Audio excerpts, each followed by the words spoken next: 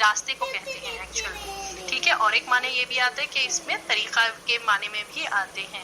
تو نبی صلی اللہ علیہ وسلم کی وے آف لائف، ایٹیٹیوڈ، طرز عمل، لائف سٹائل، اقوال، افعال، صفات، عادات اور اخلاق وغیرہ، اس کو کہتے ہیں سیرت. اب ایکچوئل میں سیرت جب بھی ہم سنتے ہیں نا، سیرت کے معنی یہ ہوتا ہے کہ کسی کا طریقہ، کسی کا طرز عمل، کسی کی زندگی، کسی کے اقوال، اخلاق کیسے تھے، ان کا حال اور احوال کیسے تھے، ان سب کو سیرت کہتے ہیں. اور تو یہ سیرت صحابہ بھی ہو سکتی. مگر ہم لوگوں میں اتنا سیرت ہم جب بولتے تو ہم سب کا دماغ پہلے جاتا تھا نبی صلی اللہ علیہ وسلم. اور نبی صلی اللہ علیہ وسلم کی سیرت کے بارے میں اتنا باتیں ہوئی، اتنا لکھا گیا، اتنا وہ کیا گیا کہ کبھی بھی کسی کے سامنے بھی اگر جب ہم سیرت کی بات کریں گے تو سب کا دماغ پہلے آپ صلی اللہ علیہ وسلم کے بارے میں جاتا. آپ کو معلوم ہے آلموسٹ 5 لاکھ کتابیں لکھی گئی ڈفرینٹ لینگویجز میں، اور اتنا زیادہ سیرت کے بارے میں وہ ہوا. تو یہی وجہ ہے کہ لوگ جب بھی سمجھتے ہیں کہ سیرت کی بات چل رہی تو سمجھتے ہیں کہ آپ صلی اللہ علیہ وسلم کی ہی بات چل رہی، مگر ایسا نہیں ہے. سیرت کے معنی ہے کہ کسی کا طرز عمل، کسی کا طریقہ، کسی کی زندگی کیسی گزری. سیرت صحابہ بھی ہو سکتا، سیرت کسی کی بھی سیرت ہو سکتی ہے. ٹھیک ہے.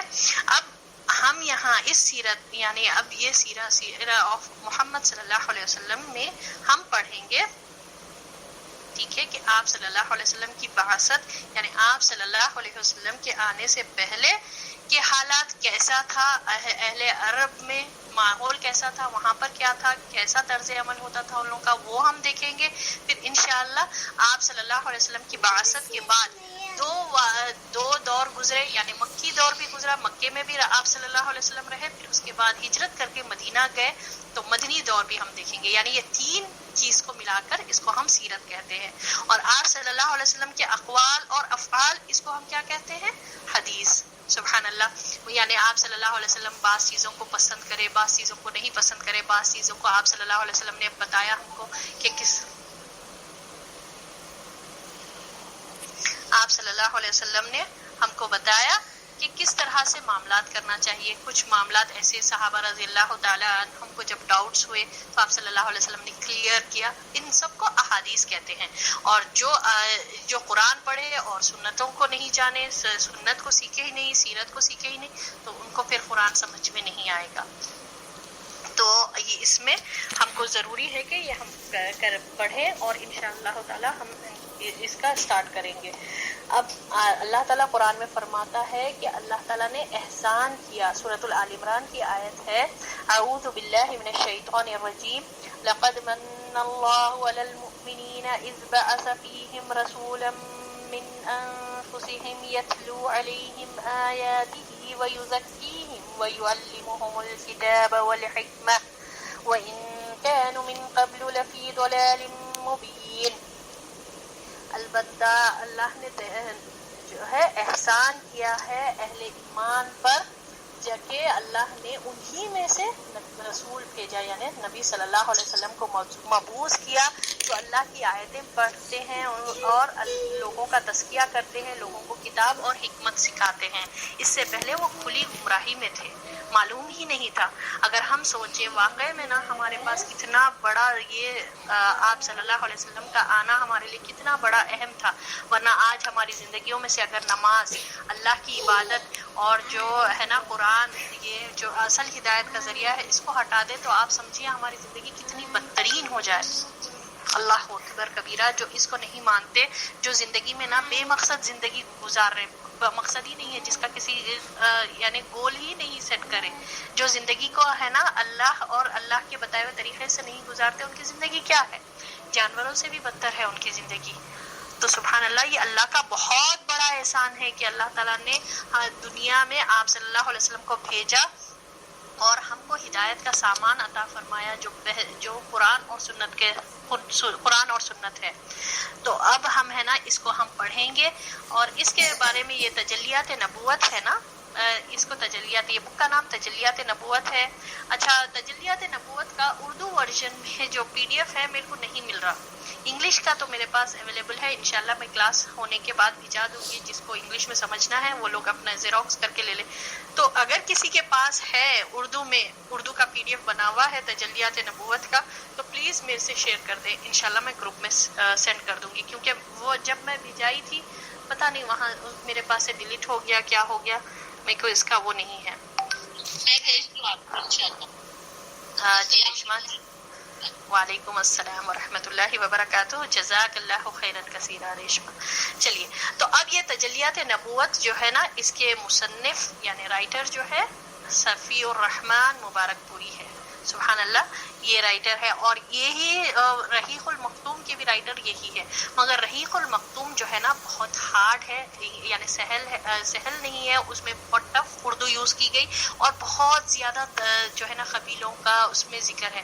اگر آپ کو چاہیے، رحیق المختوم بھی چاہیے کہ ہم پڑھیں، کیوں ڈیٹیل ہے وہاں پر، بہت زیادہ ڈیٹیل میں کہ کس طرح قبیلے، کون سے قبیلے کیسے آباد ہوئے مکے میں، کس طرح سے معاملات پیش ہوا، ہر ایک واقعہ، ہر ایک چیز کا جو ہے نا ڈیٹیل ذکر ہے.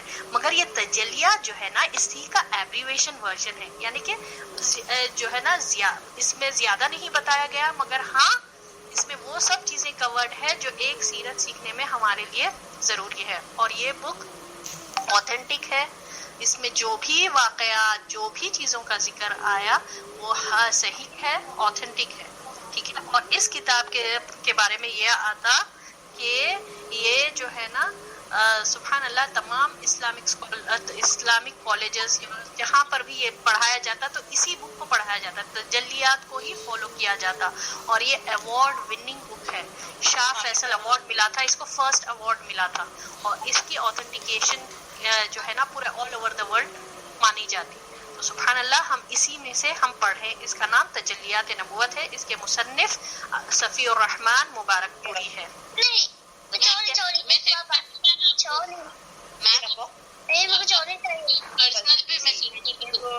جی جزاک اللہ خیر، میں انشاءاللہ چیک کر لوں گی. اور انشاءاللہ آج گروپ میں بھیجا دوں گی. دا مون سلپ اس کا انگلش ورژن ہے، اور اس کا جو ہے اردو ورژن انشاءاللہ میرے پاس اب ریشما کی طرح آ گیا. انشاءاللہ میں گروپ میں بھیجا دوں گی. آپ لوگ فالو اپ کر لیں. جو اس کے پاس نہیں اویلیبل ہے وہ لوگ لے لیں تاکہ ان کو سمجھنے میں آسانی ہو. اور جو بھی امپورٹنٹ پوائنٹس آپ کو سمجھ میں آئے اس سفر میں ضرور ضرور نوٹ کر لیا جائے کیونکہ ہم کو علم قلم کے ذریعے اللہ نے سکھایا. جو بھی آپ لکھیں گے نا، آپ یہ بات کو پکڑ کر چلیے کہ آپ کے ذہن پر یہ لکھا جا رہا. سبحان اللہ. آپ لکھیں گے نہیں ہاں ٹھیک ہے میں سن لینا کافی ہو جائے گا، نہیں ہوگا کافی. اس کو لکھ لینا بھی چاہیے. اس سے پہلے کہ ہم اس بک کا مطالعہ سٹارٹ کریں، پڑھنا ہم شروع کریں، اپنی نیتوں کو خالص کر لیں کہ میں کس وجہ سے میں پڑھا رہی ہوں اور کس وجہ سے آپ لوگ پڑھ رہے ہیں اور سننا چاہ رہے ہیں. کیا ریزن ہے؟ کیا ہم اپنی زندگی بدلنا چاہ رہے ہیں؟ کیا ہم اس سیرت کے حساب سے ہماری زندگیاں اس کے حساب سے کریں اور ہمارے عمل کو درست کر لینا چاہ رہے ہیں؟ ہمارے عملوں کو ہم صحیح کرنا چاہ رہے ہیں، ہماری زندگی پوری کمپلیٹلی ٹرانسفارم کرنا چاہ رہے ہیں. جو ہم غفلت میں زندگی جو گزار رہے ہیں، جو ہم جو ہے نا ہمارا most of the time media سے جڑ کر خراب ہو رہا ہے، کیا ہم اس وقت کو پروڈکٹیو بنانا چاہ رہے ہیں؟ سیکھنے کے لیے ہم اپنی نیتوں کو خالص کریں. پہلی نیت کیا ہونی چاہیے کہ اللہ کی رضا کے لیے آپ یہ دین سیکھ رہے ہیں، آپ اس شخصیت کو سیکھ رہے ہیں جو بیسٹ آف دا کریشن ہے، جن پر قرآن نازل ہوا. سبحان اللہ. قرآن کیسا کلام ہے؟ اللہ کا کلام ہے، یہ اللہ کی کتاب ہے. اس کے تعلق سے اللہ تعالیٰ فرماتا ہے لو انزلنا هذا القرآن على جبل لرأيته خاشعا متصدعا من خشية الله. اگر اللہ تعالیٰ اس قرآن کو پہاڑ پر نازل فرماتا تو وہ پہاڑ اللہ کی خشیت سے ریزہ ریزہ ہو جاتا، یعنی اتنا پرجلال کلام ہے. تو سبحان اللہ. آپ سوچئے کہ آپ صلی اللہ علیہ وسلم کے قلب مبارک کیسا تھا ہوگا جس پر قرآن نازل ہوا، جس کے ذریعے سے ہم کو یہ ہدایت ملی. تو ہم ہے نا آپ صلی اللہ علیہ وسلم کی شخصیت غیر معمولی ہے، بیسٹ آف دا کریشن آن دی ارتھ. اگر اس روئے زمین پر جو بہترین شخصیتوں میں سے اگر جو بہتر ہے وہ ہے محمد صلی اللہ علیہ وسلم. تو آپ صلی اللہ علیہ وسلم کی زندگی کیسی تھی, کتنے مشکلات سے گزرے, کیا کیا چیزیں آئی, ہم سیکھیں گے انشاءاللہ تعالی. تو بہرحال مطلب یہ ہے کہ اپنا جو ہے نا نیت درست کر لیں, خالص کر لیں, اور ریگولر ہونے کی کوشش کریں, اور سیکھیں, اور سیکھنے کے بعد سکھائیں. کیونکہ یہ جو ہے نا سبحان اللہ, یہ دین آیا ہی, اللہ تعالیٰ نے آپ صلی اللہ علیہ وسلم کو مبعوث کیا اور اس دین کو بھیجا ہی, یہ دین اسلام آیا ہی غالب ہونے کے لیے. آپ اور ہم حصہ نہیں ڈالیں گے تو یہ ہم لوزرز ہیں. کہیں اور سے اللہ تعالیٰ کسی اور سے کام لے لے گا, کہیں اور ذریعے سے اللہ تعالیٰ ایسی امتوں کو پیدا کر کام لے لے گا. تو ہم اور آپ کیا حصہ اس میں ڈالیں, یہ ہماری نیت ہونی چاہیے, کیونکہ یہ دین تو تا قیامت تک غالب ہونے کے لیے آیا. ہاں آج ٹیمپرری وقتیہ طور پر یہ مغلوب ہے, اس دین کی کوئی اہمیت نہیں ہے, اس دین پر عمل کرنے والوں کا زیادہ کچھ سے نہیں ہے کسی کے سامنے, وہ اپنی بات وہ نہیں رکھ سک رہے. تو انشاءاللہ ایک وقت آئے گا یہ ہو کر رہے گا. تو آپ اور ہم اس دین کو سیکھیں, سکھائیں, اور اس پر عمل کرنے کی کوشش کر کے زندگی گزاریں گے تو یہ ہمارا حصہ ہوگا اس دین کے لیے. سیکریفائس چاہتے, دیکھیے وداؤٹ ایفرٹس آپ کوئی چیز نہیں حاصل کرتے. آج دنیا میں آپ لوگ جی رہے ہیں, آپ کے پاس کتنا جو ہے نا اللہ کی نعمتیں اللہ نے آپ کو عطا فرمائی ہے, ایسی گھر بیٹھے نہیں مل گیا آپ کو. اس کے لیے اسٹرائیو کرے, آپ کے شوہر رہنے دو, آپ کے ماں باپ رہنے دو, سب کے پاس جو بھی معاملات ہیں تو ایسے ہی نہیں مل گیا. اس کے لیے اسٹرائیو کرتے, نیند قربان کرتے, ٹھیک ہے, ایفرٹس ڈالتے, ہماری محنتیں لگتی, ہمارا وقت لگتا, ہماری صلاحیتیں لگتی. تو یہ دین یہ ایک ایسی چیز نہیں ہے بھائی کہ آپ کو فری میں مفت میں مل جائے, آسانی کے ساتھ مل جائے, بس کہہ لے سن لے اور بس چلتے پھرتے ہم نظر آئے. نہیں, اس میں بھی ایفرٹس چاہیے, سیکریفائزز چاہیے, انٹرسٹ چاہیے. جستجو رہیں گی تو ضرور بضرور اللہ تعالیٰ راستے کھولے گا اور اللہ تعالیٰ آپ کو ہدایت بھی کرے گا.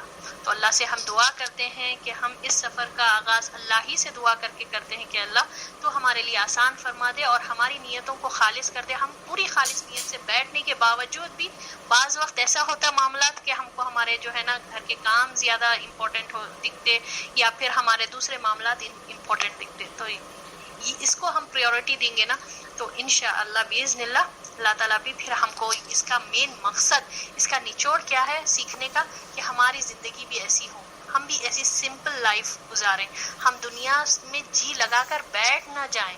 ہماری جو ہے نا یہ دین جو آپ صلی اللہ علیہ وسلم جب یہ اس کا مشن سٹارٹ کرے 23 years completely day and night آپ صلی اللہ علیہ وسلم اس دین کے لیے کھپائے, اور ہم آسانی سے بیٹھ کر ہم سمجھیں گے کہ اس دین کا کام کریں گے, ہم کچھ محنت نہیں کریں گے, ہم کچھ جو ہے نا اس سے حاصل نہیں کریں گے, اپنی زندگی اس کے حساب سے نہیں گزاریں گے تو فلاح نہیں حاصل ہوگی. تو جتنی جس کی جیسی کوشش رہے گی اللہ تعالیٰ اس کو اتنا ہی نوازے گا.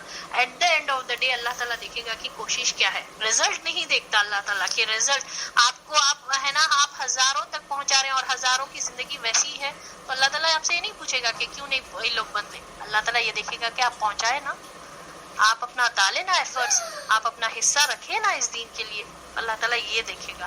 تو چلیے اب ہم اسی نیت کے ساتھ, اپنی خالص نیت کے ساتھ کہ ہم محمد صلی اللہ علیہ وسلم کے امتی کہلانے کا شرف جس کو حاصل ہے آپ صلی اللہ علیہ وسلم کی زندگی کا سفر کا ہم انشاءاللہ سیکھیں گے. کس طرح سے آپ صلی اللہ علیہ وسلم کی زندگی گزری, آپ صلی اللہ علیہ وسلم کا طرز عمل کیا تھا, آپ صلی اللہ علیہ وسلم کے اخلاق کے تعلق سے اللہ تعالیٰ فرماتا ہے سورۃ القلم میں وَإِنَّكَ لَعَلَىٰ خُلُقٍ عَظِيمٍ, بے شک آپ بہترین اخلاق پر فائز ہیں اے محمد صلی اللہ علیہ وسلم. اور جب بھی آپ صلی اللہ علیہ وسلم کا نام سنیں تو ضرور بضرور صلی اللہ علیہ وسلم پڑھ لیا کریں. چلیے کسی بھی چیز کو سٹارٹ کرنے سے پہلے جو ہے نا ہمارا فرسٹ کام یہ ہونا کہ مقدمہ پڑھے, یعنی کہ انٹروڈکشن پڑھے, جان لے کے اس کتاب میں کیا چیز لکھی ہوئی ہے, کیا مقصد ہے اس کو لکھنے کا, ٹھیک ہے. اور ایک بار میں بتا دیتی ہوں یہ رحیق المختوم یہ بھی بہت صحیح اور آتھینٹیکیٹڈ کتاب ہے, اسی کا ایبریویٹڈ ورژن تجلیات ہے, دونوں کے رائٹر سیم ہے, مگر ہاں رحیق المختوم میں جو ہے بہت زیادہ ڈیٹیل میں اس کا ذکر ہے اور یہاں پر وہی سیم چیز ہے آتھینٹیکیشن کے ساتھ موجود ہے، ہاں مگر سہل ہے، آسان اس میں بتایا گیا ہے۔ چلیے اب ہم سٹارٹ کریں گے مقدمہ یعنی انٹروڈکشن۔ بسم اللہ الرحمن الرحیم، الحمد للہ رب العالمین، والصلاة والسلام علی محمد المبعوث رحمت العالمین وہدی للمتقین، اما بعد۔ سیرت نبوی انتہائی پاکیزہ اور بلند پایہ موضوع ہے، یعنی کہ بہت ویلیبل ہے، بہت زیادہ اس کی اہمیت ہے۔ اس سے مسلمان کو یہ علم ہوتا ہے کہ اس کا دین کن مراحل سے گزرا، یعنی کن یعنی راستوں سے گزرا، کیسے کیسے سچویشنز آئے، اس کے نبی صلی اللہ علیہ وسلم اور اصحاب نبی صلی اللہ علیہ وسلم پر کیا کیا بیتی، اللہ تعالیٰ نے آپ صلی اللہ علیہ وسلم کو کیسی کیسی نسبی اور خاندانی شرافت بخشی، اور اس طرح وحی اور رسالت اور دعوت دین کے لیے منتخب فرمایا۔ پھر آپ صلی اللہ علیہ وسلم نے اس راہ میں کیا کیا مشقتیں جھیلی، کیسے کیسے مشکلات برداشت کیے، اور آخرکار کس کس طرح کے انعامات سے اللہ نے نوازا۔ اللہ نے پردہ غیب سے فرشتے بھیج کر، اسباب کو موڑ کر، برکتیں نازل فرما کر، معجزات ظاہر کر کے کس طرح سے آپ صلی اللہ علیہ وسلم کی نصرت یعنی مدد فرمائی، اور بڑے بڑے زور آور لشکر نے آپ صلی اللہ علیہ وسلم کی مٹھی بھر جماعت یعنی جو صحابہ جو کمپینینز آف محمد صلی اللہ علیہ وسلم کہلائے، ان کے سامنے شکست کھائے۔ تو سبحان اللہ، اس میں ہم یہ سب پڑھیں گے۔ اوکے، اب یہ اس کے رائٹر ہے صفی الرحمن مبارک پوری، جیسے کہ پہلے بھی میں نے آپ لوگوں کو بتایا۔ اچھا، اس کو سمجھنے کے لیے ایک چھوٹا سا واقعہ، شاید ہم میں سے بہت سے لوگوں کو معلوم ہوگا کہ ایک پہاڑ کے پورا لو ایریا میں دو قسم کے قوم رہتے تھے، ٹھیک ہے؟ تو وہ دو قسم کے قوم میں اتنی دشمنی تھی، بہت زیادہ دشمنی تھی۔ تو ایک دفعہ کیا ہوا کہ ایک قبیلے والے جو ہے دوسرے قبیلے والوں کے پاس کا ایک بچے کو چرا کر، ٹھیک ہے، ایک چھوٹے سے بچے کو چرا کر پہاڑ کے بالکل اس طرف وہ حصے میں چٹان پورا کراس کر کے وہ میں سے کچھ لوگ بھاگ گئے، ٹھیک ہے؟ میں اس کی اہمیت بتانے کے لیے آپ لوگوں کو یہ قصہ سنا رہی ہوں۔ تو وہ جو ہے نا چٹان کراس کر کے وہ لوگ بھاگ گئے۔ اب یہ دوسرے قبیلے والے جو اپوزٹ والے تھے، جو ان کے جن سے بچہ لے کر بھاگا گیا، وہ لوگ اس کو فالو کرے، ان لوگوں کو فالو کرے قبیلے والوں کو، اور وہ لوگ چٹان پر چڑھنے کی پوری کوشش کر رہے تھے۔ بہت تکلیف دہ معاملہ تھا، آسان چیز نہیں تھی۔ تو بہرحال وہ لوگ نہیں کراس کر سکے، مگر وہ لوگ دیکھے کہ کچھ دیر کے بعد تھک کر بیٹھ گئے، مگر وہ جب بیٹھے تھے وہاں پر تھک کر بیٹھ گئے، کچھ لوگ جو پیچھا کر رہے تھے تھک کر بیٹھ گئے۔ کچھ دیر کے بعد دیکھا کہ اس بچے کو اپنی ماں جو ہے اٹھا کر چٹان کراس بھی کی اس کی ماں نے، اور اس کی ماں نے اس کو بچے کو اٹھا کر بھی لے کر آیا۔ تو لوگوں کو بہت بڑی حیرت ہوئی، یہ ہم لوگ تو اتنا تھک گئے، ہم اتنی کوشش کرے، ہم اتنے مرد ہو کر، ہم اتنے یعنی کہ جوان ہو کر، ہمارے پاس اتنی طاقت ہونے کے باوجود ہم نہیں کر سکے، ہم تھک کر بیٹھ گئے، اور کس طرح سے یہ ماں چڑھی بھی، چٹان کو کراس بھی کرے، اور جا کر ان لوگوں سے بچے کو چھڑا کر بھی لے کر آ گئی۔ لوگوں کو حیرت ہوئی، تو لوگوں نے پھر اس عورت سے دریافت کیا کہ کیا معاملہ ہوا بھائی، آخر کیسا تمہیں اتنی طاقت اور ہمت آ گئی کہ تم خود چٹان کراس کر کے گئے بھی اور جا کر لے کر بھی آ گئے؟ تو جواب بہت اتنی بہترین جواب تھا، بہت آرام سے اس عورت نے جواب دیا، یعنی اس ماں نے جواب دیا کہ جواب تو بہت آسان ہے، یہ بچے سے محبت جتنی میرے کو ہے اتنی آپ لوگوں کو نہیں ہے۔ یہ بچہ میرا ہے، میرے بچے کے لیے میں محنت، میں اپنی جان کی بازی لگا کر میں گئی وہاں پر، آپ کو اتنی محبت نہیں ہے، آپ کو اتنا کنسرن نہیں ہے، اس وجہ سے نہیں گئی۔ تو یہی ہے دین اور سیرت بھی، یہ ہمارا اپنا ہے۔ اب جب آپ اس کو اپنا سمجھیں گے تو ہی آپ اس کے پیچھے محنت لگائیں گے۔ آپ سمجھیں گے کہ نہیں بھئی یہ تو کوئی ملاؤں کا ہے، کوئی جو ہے نا مولویاں ہی سیکھیں، بعض لوگ سیکھ لیں، کمیونٹی کے کچھ لوگ سیکھ لیں، اور بس ہم ان سے جو ہے نا کبھی بھی وہ بھی جب بھی ہم کو پرابلمس آئیں، بہت زیادہ کنفیوژن ہو، تب جائیں گے کسی مفتی کے پاس، کسی مولوی کے پاس جا کر معاملات وہ کر لیں، ٹھیک کر لیں، پھر اپنی زندگی اپنے حساب سے گزار لیں۔ تو پھر کہاں کیا بنے گا ہمارا؟ جب ہم اس کو اپنا سمجھیں گے، جتنا سیکیورٹی آپ اپنے موبائل کو دیتے، کور پہنچاتے، اسکرین گارڈ لگاتے اوپر سے، کیونکہ وہ اپنا ہے، اتنا حفاظت کرتے، اس کی چارجنگ برابر کرتے، اس کو دیکھتے کہ کہیں پانی میں نہ گر جائیں، اس سے کہیں زیادہ اس دین کی ہم کو حفاظت کرنی چاہیے، اس دین کو اپنا سمجھنا چاہیے. تو سبحان اللہ، اس واقعے سے یہ سمجھ میں آتا کہ ہم اپنا سمجھیں اس دین کو، جو ہے نا، اسی قرآن کو سیکھنا سکھانا. یہ دین اسلام ہمارے لیے آیا. اللہ نے جو فرمایا نا کہ احسان ہے اللہ کا ہم پر، کہ اللہ نے ہم کو، ورنہ ہم کتنے جنگلی کیا حساب سے زندگی گزارتے تھے ہوں گے. ہر ایک چیز قرآن، سبحان اللہ، قرآن میں آپ کی چال تک کو بھی بتایا گیا، محفل کے آداب بتائے گئے کہ چال کیسی ہونی چاہیے، کس طرح سے آپ کی چال، واکنگ سٹائل تک بھی اللہ نے اتنی تک بھی تربیت کی اہل ایمان کی. تو ہم کو سمجھیں تو صحیح، ہم اس قرآن اور سنت سے ہم جڑ کر رہے. سبحان اللہ. حجۃ الوداع میں آپ صلی اللہ علیہ وسلم نے فرمایا کہ لوگوں، میں تمہارے بیچ میں 2 چیزوں کو چھوڑ کر جا رہا ہوں، قرآن اور سنت. جو لوگ اس کو مضبوطی سے پکڑ لیں گے نا، وہ کبھی گمراہ نہیں ہوں گے. کبھی ہو ہی نہیں سکتا کہ ہم گمراہ ہوں، کبھی ہو ہی نہیں سکتا کہ ہم پر جو ہے نا ٹینشنز کا جو ہے نا غم، چاہے کہ فلانے شخص نے ہم پر یہ معاملہ کر دیا، پھر ہم غمگین ہو کر بیٹھ گئے، ہم ہے نا ڈپریشن کا معاملہ ہو، یا کسی بیماری میں ہم ہے نا لوگوں کے سامنے اپنی داستانیں سنا لیتے بیٹھتے. ہو ہی نہیں سکتا کہ یہ طرز عمل ہمارا ہو. ہم مطمئن ہو کر زندگی گزاریں گے کہ اللہ ہے وہ ذات جو دنیا چلا رہا ہے اور اس کی رضا سے میری زندگی چل رہی ہے. ہم اللہ کی ہر قدر پر ہم جو ہے مطمئن ہو جائیں گے. کبھی کوئی واویلا نہیں کریں گے، کبھی کوئی چاہیں گے نہیں کہ میں ہی، میرے اللہ کو میں ہی ملی، میرے ساتھ بدقسمتی ہو گئی. ایسا کوئی معاملہ نہیں کریں گے. جب ہم سمجھیں گے تو صحیح کہ اس چیز کا، اس کو ہم یعنی کہ میری زندگی میری مرضی کے مطابق نہیں، میرے رب کے مطابق چل رہی ہے، رب کی مرضی کے مطابق چل رہی ہے. چلیے باذن اللہ ہم سٹارٹ کریں گے. بسم اللہ. اب یہ مقدمہ تو ہو گیا. اب آپ صلی اللہ علیہ وسلم کا جو ہے نسب نامہ سے ہم سٹارٹ کریں گے. خاندان، نشو نما اور نبوت سے پہلے کے حالات. اب اس کا ذکر محمد صلی اللہ علیہ وسلم. اور یہ ذہن میں رکھیے کہ آپ صلی اللہ علیہ وسلم ایسی شخصیت کے بارے میں آپ پڑھے ہیں جن کے بارے میں قرآن کہتا ہے وَإِنَّكَ لَعَلَىٰ خُلُقٍ عَظِيمٍ، بے شک آپ صلی اللہ علیہ وسلم بہترین اخلاق پر فائز ہے. تو آپ صلی اللہ علیہ وسلم کے کیسے اخلاق تھے، کیسا آپ صلی اللہ علیہ وسلم کی پیدائش ہوئی، کیا معاملات ہوئے، چلیے ہم سٹارٹ کریں گے. خاندان، نشو نما اور نبوت سے پہلے کے حالات. نسب نامہ. آپ صلی اللہ علیہ وسلم کا نسب نامہ پاک یہ ہے: محمد بن عبداللہ بن عبد المطلب بن ہاشم بن عبد مناف بن خزئی بن کلاب بن مرہ بن کعب بن لؤئی بن غالب بن فہر بن مالک بن نضر بن کنانہ بن خزیمہ بن مدریکہ بن الیاس بن مدر بن نزار بن معاد بن عدنان. ٹھیک ہے.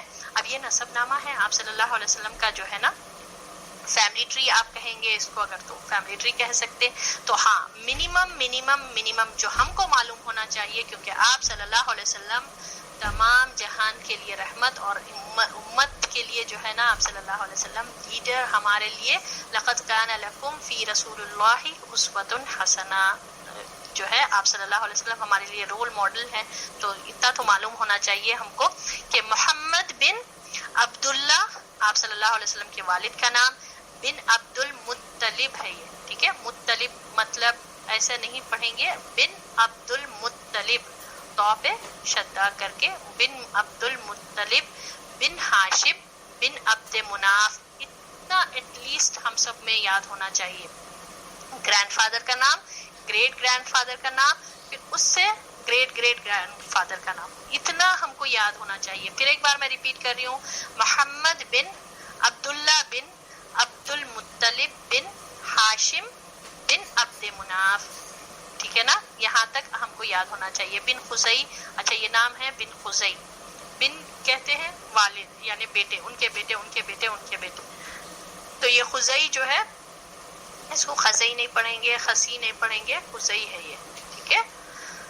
اچھا، اب یہ پورا ہو کر جا کر کہاں پر ملتا؟ عدنان عدنان. عدنان کون ہے؟ اسماعیل. عدنان بالاتفاق حضرت اسماعیل علیہ السلام کی نسل سے ہیں. یہ بہت امپورٹنٹ ہے، یہ یاد ہونا چاہیے. آپ لوگوں میں سے میں کبھی بھی پوچھ سکتی ہوں میں کہ آپ صلی اللہ علیہ وسلم کا جو یہ سلسلہ شروع ہوتا وہ جا کر عدنان سے ملتا. تو عدنان کس سے تعلق رکھتے؟ عدنان جو ہے نا حضرت اسماعیل علیہ السلام کی نسل میں سے ہے.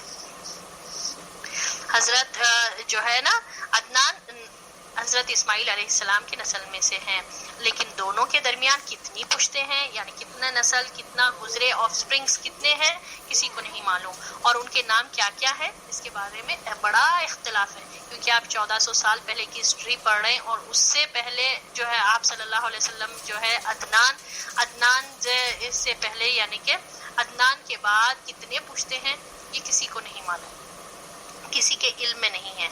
چلیے اس کے بعد آپ صلی اللہ علیہ وسلم کی والدہ کا نام آمینہ تھا، اور ان کے والد وہب بن عبد مناف بن زہرا بن کلاب تھے. یعنی کہ والدہ کا نام آمینہ تھا، اور والدہ کے والد کا نام یعنی کہ آپ صلی اللہ علیہ وسلم کے نانا کا نام کیا تھا؟ وہب بن عبد مناف بن زہرا بن کلاب تھے.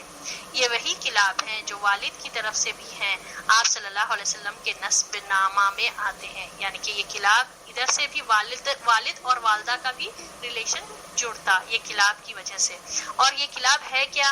آپ صلی اللہ علیہ وسلم کے نسب نامہ میں آتے ہیں. کہا جاتا ہے کہ ان کا یہ کلاب کا اصل نام اروا یا حکیم تھا، لیکن وہ کتوں کے ذریعے بکثرت شکار کھیلا کرتے تھے، اس لیے کلاب کے نام سے مشہور ہو گئے. عربی میں کلاب کتوں کو کہتے ہیں.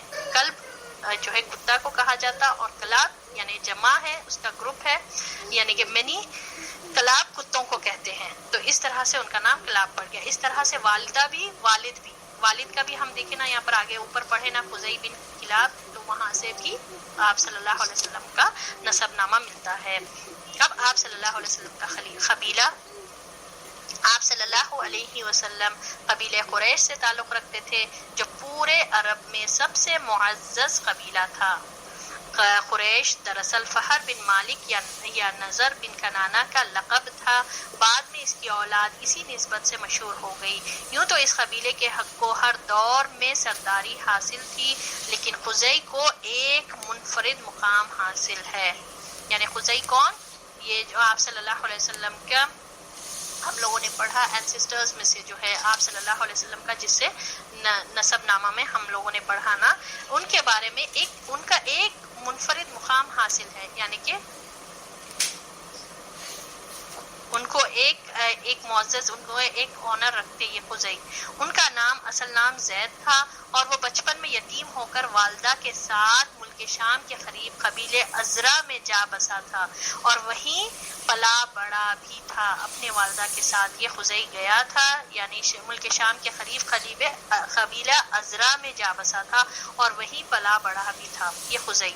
لیکن جوان ہو کر مکہ آ گیا، اور کچھ ہی دنوں کے بعد خانہ کعبہ کا متولی بن گیا. متولی کس کو کہتے ہیں؟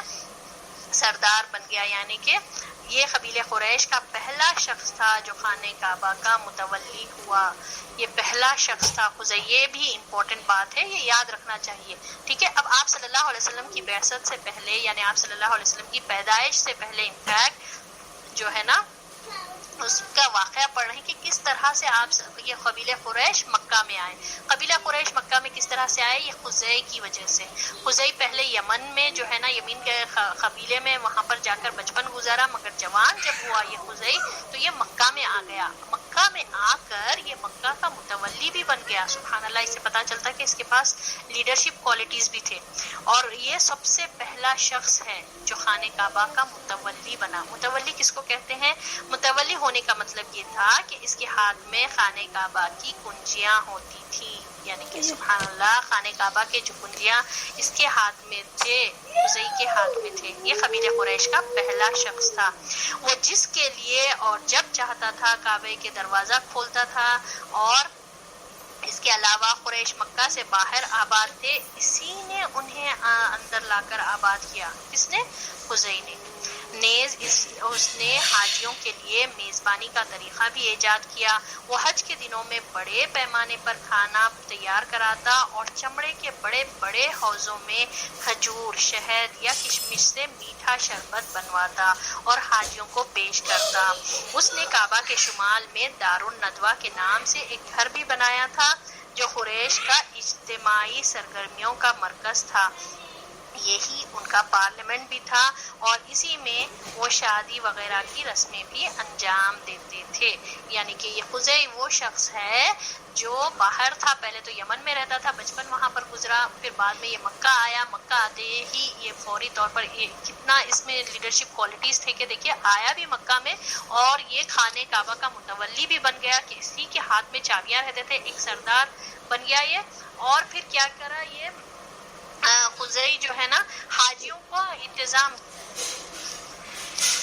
جو ہے حاجیوں کو اسے پتہ چلتا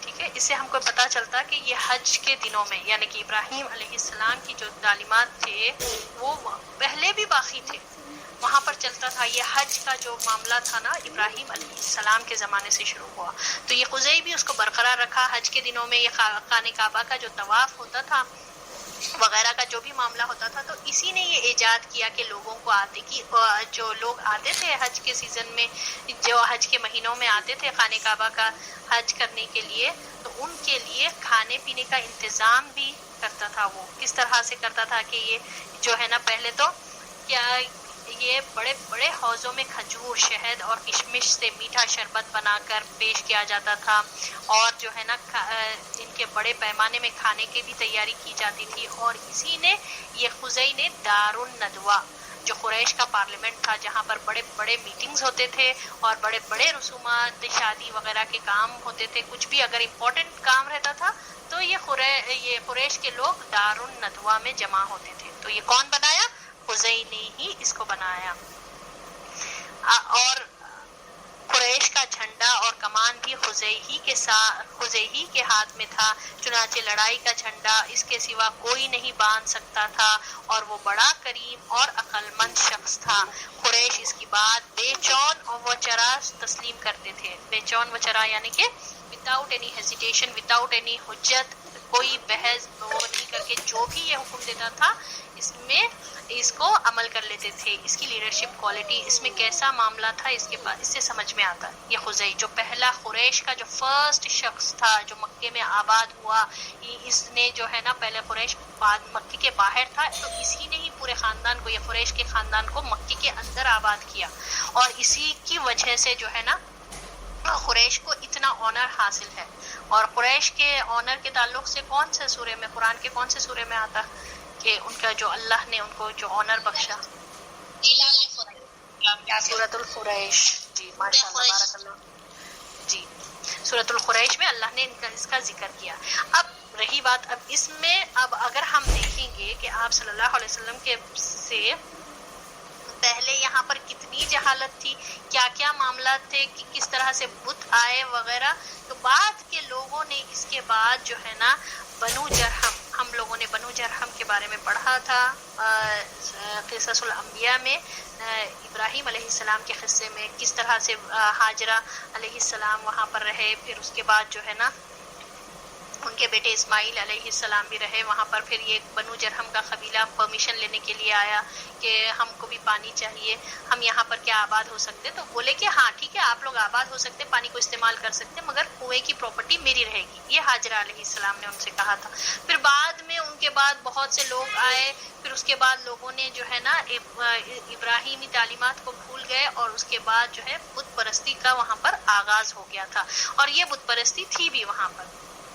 ٹھیک ہے، بہرحال اب ہم خزی کے بارے میں پڑھ رہے تھے. یہ بہت عقل مند شخص تھا اور بہت زیادہ کریم یعنی آنریبل ریسپیکٹیبل پرسن تھے. ان کا معاملہ، ان کی کوئی بات پر کوئی آبجیکشن نہیں کرتے تھے. جو بھی یہ کہتے تھے وہاں کے لوگ جو ہے خوشی سے ایکسیپٹ کرتے تھے، کیونکہ فرسٹ شخص تھا، اندر مکے کو لے کر آیا تھا، مکے کے اندر قریش کو آباد کرا تھا، اور پورے خانہ کعبہ کا متولی بھی تھا. ٹھیک ہے نا. اب خاندان کے بارے میں، آپ صلی اللہ علیہ وسلم کا خاندان آپ صلی اللہ علیہ وسلم کے پردادا ہاشم کی نسبت سے ہاشمی خاندان کہلاتا ہے۔ قبیلے کون سے قبیلے سے تعلق رکھتے آپ صلی اللہ علیہ وسلم؟ قبیلے قریش۔ اب خاندان کون سا تھا؟ ہاشمی خاندان۔ اور کس وجہ سے ہاشمی خاندان کہا جاتا؟ ہاشم جو آپ صلی اللہ علیہ وسلم کے گریٹ گرینڈ فادر ہیں، ان کی وجہ سے ہی آپ صلی اللہ علیہ وسلم کے خاندان کو ہاشمی کہا جاتا ہے۔ ان کو خزائی کے مناسب میں سے حاجیوں کی میزبانی کا منصب حاصل ہوا، یعنی خزائی جو یہ کام کرتا تھا، جو انٹروڈیوس کرا تھا، جو انیشیلی جو ایجاد کرا تھا کہ حاجیوں کو کھلانا پلانا، یہ خزائی نے جو ایجاد کیا تھا نا، تو اس کے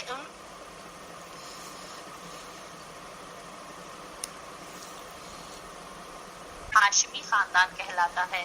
تو اب یہ ان کو خزائی یعنی کہ ہاشم کو خزائی کے مناسب میں سے حاجیوں کی میزبانی کا جو منصب حاصل ہوا، ان کے بعد ان کے بھائی مطلب کی طرف سے منتقل ہو گیا۔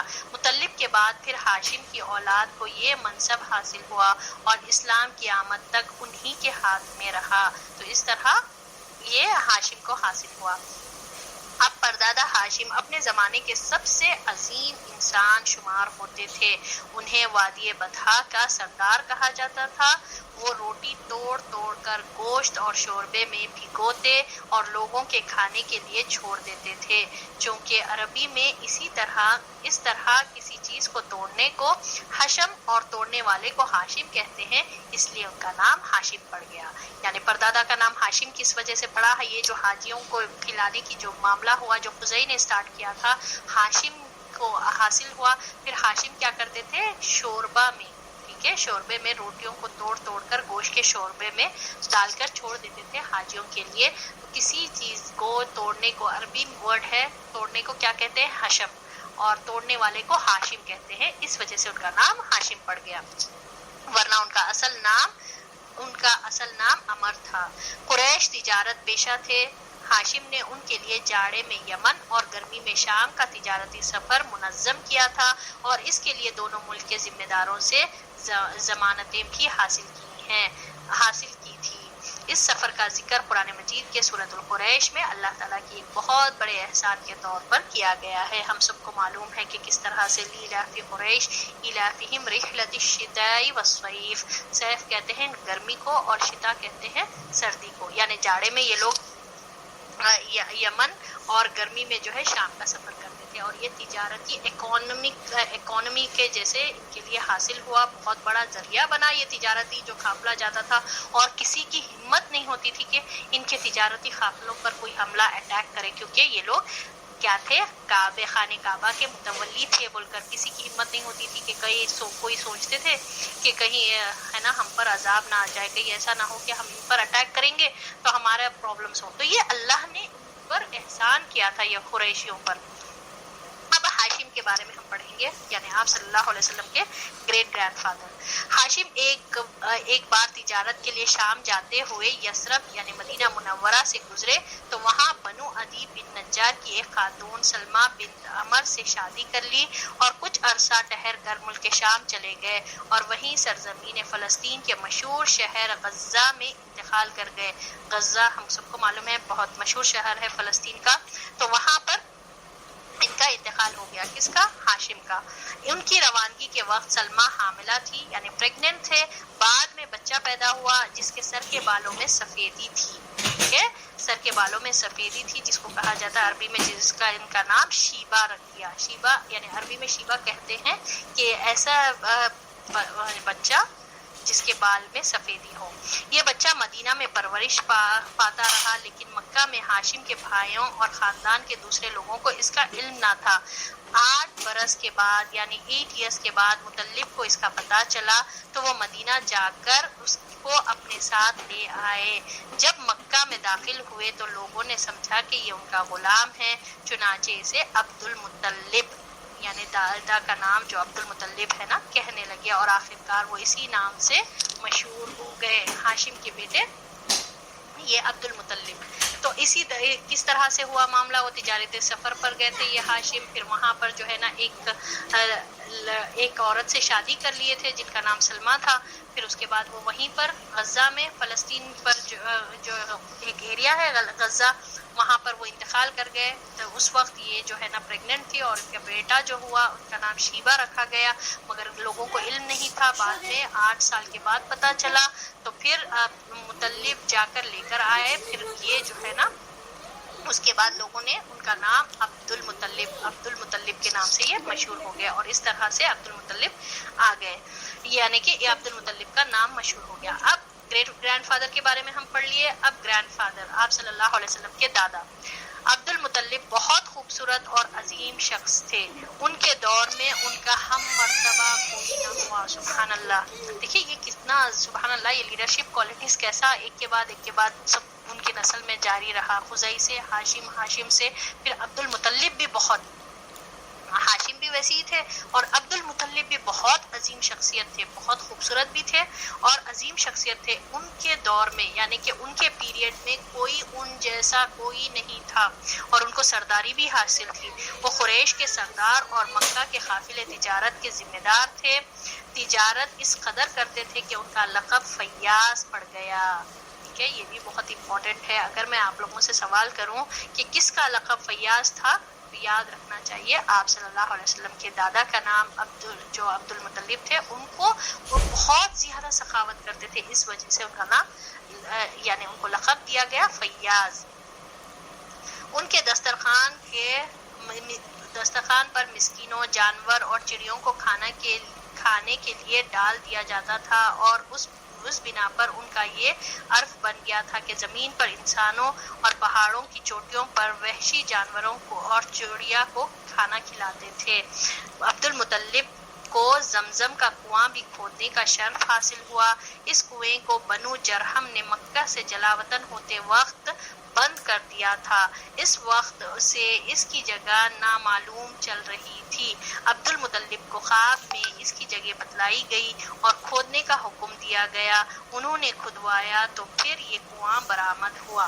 ٹھیک ہے, اب عبد المطلب کے تعلق سے ہم پڑھ رہے ہیں. پہلے تو ہم یہ جان لیں کہ عبد المطلب بہت خوبصورت اور بہت عظیم اور اونچے پورے شخص تھے, اور یہ مکے کے سردار بھی تھے. ان کا ایک پوزیشن تھا مکے میں, ان کے ہم پڑھ لے ان کے دور میں کوئی نہیں تھا, یعنی کہ ان کے برابر کے کوئی نہیں تھے, یعنی اتنے زیادہ یہ آنریبل تھے, ریسپیکٹیبل تھے. اور پھر ان ذمہ دار کیا تھے یہ لوگ, یعنی کہ عبد المطلب ایک تو مکے کے سردار بھی تھے, اور قافلہ جو جاتا تھا تجارت کا تو یہ ریسپانسبل تھے. جتنے بھی قافلہ جاتے تھے مکے سے, جو یمن اور شام کی طرف جو جاتے تھے, ذمہ دار عبد المطلب تھے. اور یہ اس قدر سخاوت کرتے تھے کہ ان کا نام فیاض پڑ گیا, یعنی کہ لقب پڑ گیا. پھر اس کے بعد یہ اتنا کھلاتے تھے, ناٹ اونلی انسانوں کو, جانوروں کو, چڑیا کو, سب کو کھانے کا انتظام کراتے تھے. سبحان اللہ, یہ عبد المطلب کی خاصیت تھی. اور ان کو اور ایک شرف حاصل ہوا زمزم کے کنواں کھودنے کا. زمزم کا کنواں کا کیا یہ ہوا کہ ہم کو معلوم ہے کہ زمزم کا کنواں اسماعیل علیہ السلام اور ہاجرہ علیہ السلام سے ریلیٹڈ ہے, کہ کس طرح سے ہوا سب کو معلوم ہے. بہرحال میں اس کے ڈیٹیل میں نہیں جاتی ہوں, بس یہ معلوم ہے کہ جب چھوڑ کر چلے گئے ابراہیم علیہ السلام, تو ہاجرہ علیہ السلام جو ہے صفا پہاڑی سے مروہ پہاڑی تک دوڑنے لگے. اب کیا جو کھانے اور پانی جو تھا وہ ختم ہو گیا, تو پھر اسماعیل علیہ السلام کے لیے وہ دوڑنے لگی پانی کے لیے. تو پھر وہاں بعد میں اللہ نے اپنے فضل سے یہ پانی جو ہے, اسماعیل علیہ السلام جو ایڑی رگڑ کر رو رہے تھے, وہاں سے ایک چشمہ جاری ہوا, اور وہ چشمہ جاری ہوا تو پانی اتنا زیادہ تھا کہ بہتا چلے جا رہا تھا. تو انہوں نے کہا تھا, ہاجرہ علیہ السلام نے کہا تھا زم زم, کے معنی کہ رک جاؤ, ٹھہر جاؤ, اسٹاپ. ٹھیک ہے, تو اس وجہ سے اس کنویں کا نام زمزم, جو آج تک بھی ہم لوگ اسے فیضیاب ہوتے. سبحان اللہ, کتنا کب کے ہزاروں سال پہلے ہوا, یہ کتنا بڑا میریکل ہے, لیونگ میریکل ہے. اور اس زمزم کے پانی کے تعلق سے آپ صلی اللہ علیہ وسلم نے فرمایا, اس میں ہر وہ شخص کے لیے جو جس نیت سے پیے گا اس کو وہی چیز ملے گی. کوئی شفاعت حاصل کرنے کے لیے پی رہے, شفا ہونا بیماری سے, تو اس کو وہی حاصل ہوگا. کوئی ہے نا اپنی دین کے میں ہدایت کے لیے پی رہے ہیں, تو انشاءاللہ اس میں جو جس نیت سے پیے گا اس کو وہی چیز حاصل ہوگی. لازمی اس میں خاصیت ہے. سبحان اللہ, کھانا اور پانی دونوں کا کام یہ کرتا. اور آج بھی آپ دیکھیے لاکھوں کروڑوں لوگ ایک وقت وہاں پر رہتے, وہ پانی پیتے, وہاں پر کوئی پانی کی فیسلٹی ہی نہیں ہے سوائے زمزم کے. مکے میں اللہ اکبر, پینے کے پانی وہاں پر زمزم ہی استعمال ہوتا. کتنی بڑی ہمارے سامنے لیونگ میریکل ہے. ہم جتنا ڈیپلی اس کو سمجھے, کتنا ایک سیکنڈ میں وہ پانی بھر جاتا ہوگا. اس کے سامنے کئی کنویں سوکھ گئے, بند ہو گئے, خلاص ختم ہو گئے. تو بہرحال یہ زمزم کا کنواں. اب یہ بنو جرہم یہ قبیلہ تھا جو آباد ہوا تھا, جس کو حاجرہ علیہ السلام دیے تھے. جب یہ لوگ یہاں سے جا رہے تھے تو اس کو بند کر دیا. پھر اس کے بعد بہت عرصہ لوگوں کو معلوم نہیں ہوا کہ یہ زمزم کا کنواں ہے یہاں پر. پھر عبد المطلب کو اللہ نے خواب میں دکھایا. تو سبحان اللہ, یہ بھی اللہ کی کتنی بڑی حکمت ہے کہ اللہ تعالیٰ نے قریش کے قبیلے میں, اور وہ بھی آپ صلی اللہ علیہ وسلم کے ہی نسب میں, یہ چیز کو برقرار رکھا. خواب میں دکھایا کہ یہاں پر زمزم کا کنواں ہے, یہاں کھودو. تو بہرحال اب یہاں پر تو یہ تجلیات میں تو نہیں ہے موجود. اس میں ڈیٹیل یہ ہے کہ جب عبد المطلب کھودنے لگے تو لوگوں نے آبجیکشن کیا کہ وہاں کے رہنے والوں کو نہیں, جو کچھ لوگ باقی تھے وہاں پر, ہم کو بھی ہے یہ شرف حاصل ہے, ہمارا بھی حق بنتا ہے اس میں. تو وہاں سے بہت سے سونے کے جو ہے نا تلواریں, زریں بھی نکلے اور کچھ سونے کے چیزیں بھی نکلے. تو جس پر بحث ہونے لگی, بہت لڑائی فساد ہوا اس وجہ سے. تو عبد المطلب نے کیا کہا کہ نظر مانی کہ اللہ نے مجھے اگر 10 بیٹے دیا ہے تو اس میں سے ایک بیٹا, یہ اگر یہ فساد ختم ہو گیا نا, ایک بیٹا جو ہے اللہ کے راستے میں ذبح کرا دوں گا, یعنی قربان کر دوں گا. یہ ایک نظر انہوں نے مانی کیونکہ بہت زیادہ فساد ہو رہا تھا. تو اس کے تعلق سے بس ڈیٹیل تھوڑا میں آپ لوگوں کو بتا رہی ہوں تاکہ آپ لوگوں کے ذہن میں رہے کہ کیوں ہوا تھا یہ معاملہ. کہ آگے چل کے ہم جو پڑھیں گے, دیکھیے یہاں پر ہم پڑھیں گے اب انہی کے زمانے میں خانہ کعبہ پر ہاتھی والوں کے حملے کا واقعہ بھی پیش آیا. یہ سب حبشی تھے. ان کے سردار کا نام ابراہا تھا جو یمن پر قابض اور حکمران تھا. وہ خانہ کعبہ ڈھانے کے لیے 60,000 کا لشکر جرار لے کر آیا. لیکن جب مکہ کے مشرق میں مزدلفہ اور مینا کے درمیان وادی محصر میں پہنچا اور مکے پر حملہ آور ہونے کے لیے تیار ہو گیا تو اللہ تعالیٰ نے اس کے لشکر پر چڑیوں کا جھنڈ بھیج دیا, جنہوں نے اس پر ٹھیکری جیسے پتھر برسا دیے اور وہ کھائے ہوئے بھوسے کی طرح ہو گیا. یہ واقعہ آپ صلی اللہ علیہ وسلم کی پیدائش سے 50 یا 55 دن پہلے پیش آیا. سبحان اللہ. یہ اب دیکھیے عبد المطلب ہی کے دور میں یہ واقعہ پیش آیا ابراہا کا, جس کا ذکر سورۃ الفیل میں ہم کو ملتا کہ کیا واقعہ ہوا تھا. یہ ابراہا نامی گورنر تھا یمن کا. ایک تو اکانومی ریزن تھا اس کی وجہ سے اس کے پاس کہ یہ اس کو بہت جلن حسد ہوتی تھی کہ کیوں قریش کو یہ چیز حاصل ہے, کہ کیوں یہ لوگ جو ہے نا اتنا قافلہ ان کا جاتا, کوئی ان کو تجارتی اتنا اکانومیکلی ان کو یہ حاصل ہے.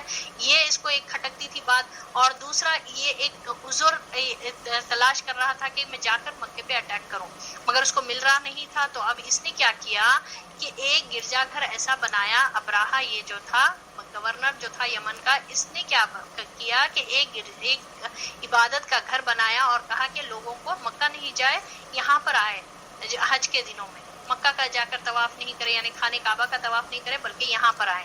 تو اب جب یہاں کے مکے والوں کو جب یہ پتہ چلا, ان میں سے ایک شخص نے جا کر یہاں پر غلاظت لگا دی. تو اس نے پہلے یہ موقع جانا. یہ ابراہا نے پہلے ہی تو اس کو کھٹکتی تھی بات کہ قریش کو اتنا زیادہ چیز حاصل ہے, سیاسی لیول پر بھی ان لوگوں کو حاصل ہے, سب لوگ ان کے پاس آتے, تجارت کے قافلے کی بھی ایک اہمیت ہے, کوئی ان پر ہاتھ نہیں ڈالتا. یہ سب باتیں اس کو کھٹکتی تھی. تو اب اس نے تکبر بھی کیا, جلن حسد کے چکر میں بھی آ کر کیا کہ اب ہم جا کر اٹیک کریں گے مکہ پر. یہ سوچ کر یہ 60,000 کا لشکر لے کر آیا. مگر اب جب یہاں پر مکے کے قریب پہنچا, وادی محصر پر جب پہنچا تو اللہ تعالیٰ نے پرندوں کا جھنڈ بھیجا, ٹھیک ہے, جس کا ذکر سورۃ الفیل میں ہم کو ملتا. تو اب یہ واقعہ کب پیش آیا؟ آپ صلی اللہ علیہ وسلم کی ابھی پیدائش نہیں ہوئی تھی, اس کے 50 یا 55 ڈیز, ٹھیک ہے.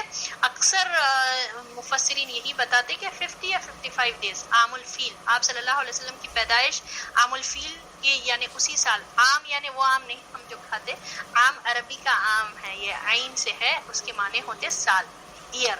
کون سے ایئر میں آپ صلی اللہ علیہ وسلم پیدا ہوئے؟ عام الفیل. ٹھیک ہے. اس دور میں کچھ تاریخ وغیرہ نہیں رہتی تھی، کچھ ایونٹ ہو جاتا نا اس سے یہ لوگ کوئی چیز یاد رکھتے تھے پہلے کے دور میں. یعنی کہ جو یہ 1400 سال پہلے 2000 سال پہلے کے جو معاملات ہوتے تھے نا، کچھ ایونٹ ہوتا تھا نا اس سے یاد رکھتے تھے کہ ان کی پیدائش ہو کر اتنے دن ہو رہا، ایونٹ سے یاد رکھتے تھے. ڈیٹس وغیرہ کا کوئی چکر نہیں تھا اس دور میں. ٹھیک ہے. تو اب آپ صلی اللہ علیہ وسلم کی پیدائش کب ہوئی؟ یہ 50 یا 55 دن کے بعد آپ صلی اللہ علیہ وسلم کی پیدائش ہوئی، اس واقعے کے بعد. اور یہ واقعہ اتنا مشہور ہو گیا، سب کے علم میں تھا کہ یہ کس طرح سے ہوا. عبد المطلب ہم کو معلوم ہے کہ خانہ کعبہ کے یہ سردار تھے، یعنی مکے کے سردار بھی تھے اور سب یہ ذمہ دار بھی تھے قافلے کا. تو بہرحال یہ جب ابراہا آیا تو ابراہا کے سامنے اپنا مطالبہ کے لیے گئے تو یہ بہت اونچے پورے اور بہت وہ دیکھ کر نا ایک دم یہ تو حبشہ کا تھا، حبشہ کے لوگ اتنے وہ نہیں رہتے، مگر جب عبد المطلب کو یہ دیکھا یہ ایک دم چونک گیا کہ اتنے اونچے پورے اور اتنے زبردست قسم کی شخصیت تھے. تو کہا کہ ہاں عبد المطلب نے کہا کہ تم نے جو میرے قافلے کو، راستے میں ایک قافلہ آ رہا تھا قریش کا، تو ٹھیک ہے اس کو اس نے اپنے قبضے میں لے لیا. تو عبد المطلب نے کہا وہ اونٹوں کو، جو قافلے کو تم نے جو کیپچر کر لیا ہے اس کو واپس کرو. تو ابراہا ہنسنے لگا اور کہنے لگا ارے تم تو اتنے ڈرپوک نکلے کہ میں سمجھا کہ تم میرے سے آ کر کچھ بات کریں گے، کچھ یعنی کہ کچھ کمپرومائز وغیرہ کریں گے کہ میں خانہ کعبہ پر اٹیک نہیں کرنا چاہا، یہ سب باتیں کرنے کے لیے تم آئے ہوں گے. میں تو یہی سمجھتا تھا. تو عبد المطلب نے جواب دیا کہ مجھے بس میرا مطلب تو اونٹوں کا ہے اور وہ گھر جس کا ہے وہ اس کی حفاظت کرے گا، اور میرے کو امید ہے کہ اللہ تعالیٰ اپنے گھر کی حفاظت کرے گا. اتنا بہترین جواب دیا. اور سبحان اللہ وہ فیل ایک ہی ہاتھی، جب سورۃ الفیل بول کر ذکر ہے تو ایک ہاتھی تھا، وہ بڑا سا ہاتھی جس پر انہیں ابراہا ٹریول بیٹھ کر تھا، وہ بالکل آگے ہی نہیں بڑھ رہا تھا، وہ جگہ پر روک دیا، اللہ نے روک دیا اس کو. بہرحال ہم سب کو معلوم ہے یہ سورۃ الفیل میں ہم لوگوں نے پڑھا کہ کس طرح سے واقعہ ہوا. تو یہ عام الفیل اسی کو کہا جاتا. عام الفیل میں آپ صلی اللہ علیہ وسلم کی پیدائش ہوئی. ان کے دور میں، عبد المطلب کے دور میں ہی یہ واقعہ پیش آیا. اتنا بڑا ایونٹ جو فیل کا واقعہ ہے نا، یہ ان کے ہی دور میں پیش آیا. اب آپ صلی اللہ علیہ وسلم کے والد گرامی عبد المطلب کے سب سے خوبصورت، پاک دامن اور چہیتے لڑکے تھے. انہیں ذبیح بھی کہا جاتا ہے. اس کی وجہ یہ ہے کہ زمزم کی کھدائی کے دوران جب کنویں کی نشانات برآمد ہوئے تو قریش نے بھی عبد المطلب کے ساتھ شرکت کرنی چاہی اور اس کے لیے ان سے جھگڑا کیا، تو بڑی مشکل سے ختم ہوا. یہ دیکھ کر عبد المطلب نے نظر مانی کہ اگر اللہ نے ان کو 10 لڑکے دے دے اور ہر ایک مقابلے کے لائق ہوا تو ان میں سے ایک کو وہ اللہ کی راہ میں ذبح کر دیں گے. اب اللہ کا کرنا یہ ہوا کہ ان کی یہ مراد پوری ہو گئی. چنانچہ انہوں نے سب لڑکوں کے درمیان خورا ڈالا. خورا عبداللہ کے نام کا نکلا، لہٰذا ان کو ذبح کرنے کے لیے خانہ کعبہ کے پاس لے گئے، مگر قریش نے انہیں روک دیا. باخصوص عبداللہ کے بھائی اور ماموں سخت آڑے آ گئے. آخرکار یہ فیصلہ ہوا کہ ان کے بدلے 100 اونٹ ذبح کیے جائیں. چنانچہ عبد المطلب نے ایسا ہی کیا. اس لیے نبی صلی اللہ علیہ وسلم کو 2 ذبیح کی اولاد کہا جاتا ہے. ایک ذبیح حضرت اسماعیل علیہ السلام اور ایک آپ صلی اللہ علیہ وسلم کے والد عبداللہ. اسی طرح آپ صلی اللہ علیہ وسلم کو 2 فدیے دیے گئے. بزرگوں کی اولاد بھی کہا جاتا کیونکہ حضرت اسماعیل کو میٹھے کا فدیہ دیا گیا تھا اور آپ صلی اللہ علیہ وسلم کے والد کو 100 اونٹ کا. یعنی اب اس کا مطلب یہ ہوئے، اب عبد المطلب کے بعد عبد المطلب کے بیٹے عبداللہ جو آپ صلی اللہ علیہ وسلم کے والد ہیں، وہ کیسے تھے؟ وہ بھی بہت خوبصورت اور پاک دامن اور سب کے چہیتے تھے. عبداللہ جو ہے نا سب کے چہیتے تھے، ماموں وغیرہ بھی بہت زیادہ چاہتے تھے ان کی، اور بہت خوبصورت بھی تھے. عبداللہ جو آپ صلی اللہ علیہ وسلم کے والد تھے. تو اب ان کو ذبیح کہا جاتا تھا. کیا وجہ سے ذبیح کہا جاتا تھا؟ میں آپ کو پہلے بھی بتائی ابھی آپ کو کہ یہ کنویں کو کھودنے کے دوران بہت فساد ہوئے، تو انہوں نے جب نظر مانی عبد المطلب کے، میں اپنے 10 بیٹوں میں سے ایک بیٹا، جب اللہ تعالیٰ اگر 10 بیٹے دے گا تو میں ایک بیٹا اللہ کے راستے میں ذبح کروں گا. تو اب جب ہو گئے، اللہ نے دے دیا، ان کی وہ مراد پوری ہو گئی، ان کی وہ نظر پوری ہو گئی. وہ فساد بھی ختم ہو گیا. تو پھر جب 10 بیٹوں میں قرعہ ڈالا گیا یعنی ڈرا لاٹ کیا گیا تو ہمیشہ نام عبداللہ کا ہی آیا. ایک بار نہیں 2-3 بار ڈالا گیا. ٹھیک ہے, تو ہمیشہ عبداللہ کا ہی آتا تھا. عبداللہ سب کے چہیتے تھے, یعنی کہ پورے قبیلے قریش میں سب ان کو بہت چاہتے تھے, ان کے اپنے رشتہ دار بھی اور خود عبد المطلب بھی بہت زیادہ چاہتے تھے, مگر اب بار بار ہمیشہ ان کا ہی نام آ رہا تھا. تو اب ہے نا اس پر ان کو جب صبح کرنے کے لیے لے کر جایا گیا تو سب لوگ آبجیکشن کرے. ان کے خود اپنے بھائیوں نے بھی آبجیکشن کیا, بھائیوں کا بھی بہت چہیتے تھے یہ. ان کے اپنے 10 بیٹے جب تھے عبد المطلب کے, تو دوسرے بھائیاں بھی بہت چاہتے تھے ان کو, عبداللہ کو. تو سب لوگوں نے آبجیکشن کیا. تو اب اس کا ایک طریقہ نکالا گیا کہ اچھا ایک کام کریں گے کہ ہم جو ہے نا عبداللہ کے بدلے اونٹوں کی قربانی دیں گے. تو 100 اونٹ قربانی نکلی کہ کتنی دینا چاہیے قربانی, تو 100 اونٹ قربان کیے گئے. تو تب جا کر جو ہے عبداللہ کے بدلے میں 100 اونٹ جب فدیے میں دیا گیا. اسی وجہ سے آپ صلی اللہ علیہ وسلم کو 2 ذبیح کی اولاد کہا جاتا. ایک ذبیح کون, یا خود آپ صلی اللہ علیہ وسلم کے والد جس کو ذبیح کہا گیا اس وجہ سے کیونکہ ان کے بدلے میں 100 اونٹ کو قربان کیا گیا. ٹھیک ہے, اور دوسرا اسماعیل علیہ السلام. اسماعیل علیہ السلام کے بارے میں ہم کو معلوم ہے کہ کس طرح سے خواب میں ابراہیم علیہ السلام دیکھے کہ ذبح کر رہے تھے, تو اسماعیل علیہ السلام نے کہا اے ابا جان آپ کو جو خواب میں دکھایا گیا وہ پورا کریے. تو بہرحال اسماعیل علیہ السلام کو لٹا کر جب کر رہے تھے تو اللہ نے جنت سے ایک مینڈھے کو بھیج دیا. یہ ہم سب کو معلوم ہے, اور اسی وجہ سے ہم جو ہے عید الاضحیٰ سیلیبریٹ کرتے ہیں. ہم کو معلوم ہے نا قربانی کرتے کا جو سنت ہے عید الاضحیٰ کرنے کی وہ ابراہیم علیہ السلام سے. تو اس طرح سے آپ صلی اللہ علیہ وسلم کو 2 ذبیح کی اولاد کہا جاتا. یہ یاد رکھنا, اگر آپ سے سوال کیا گیا کہ کیوں آپ صلی اللہ علیہ وسلم کو 2 ذبیح کی اولاد کہا جاتا, کیونکہ والد کی وجہ سے, والد کو جو ہے نا قربانی کے لیے لے کر گئے تھے, تو پھر اس کے بدلے میں 100 اونٹ دیے گئے. اور جو ہے اسماعیل علیہ السلام کو ذبح کرنے کے لیے ابراہیم علیہ السلام لے کر گئے, ان کے بدلے اللہ نے جنت سے مینڈھا بھیج دیا تھا. سبحان اللہ. تو اس وجہ سے ہم کو کہا جاتا. اور فدیے میں ان کو جو ہے نا اسماعیل علیہ السلام کو بیٹا دیا گیا اور یہاں پر 100 اونٹ دیے گئے.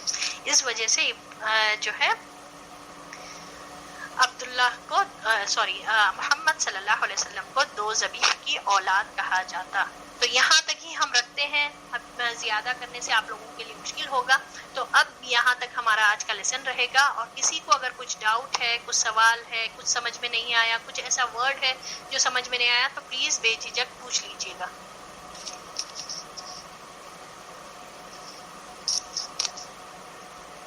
جی میری آواز آ رہی ہے آپ سب کو؟ جی الحمدللہ آ رہی. کلیئر ہے آج کا لیسن, سمجھ میں آیا؟ زیادہ فاسٹ تو نہیں تھا؟ بہت انٹرسٹنگ تھا ماشاء اللہ.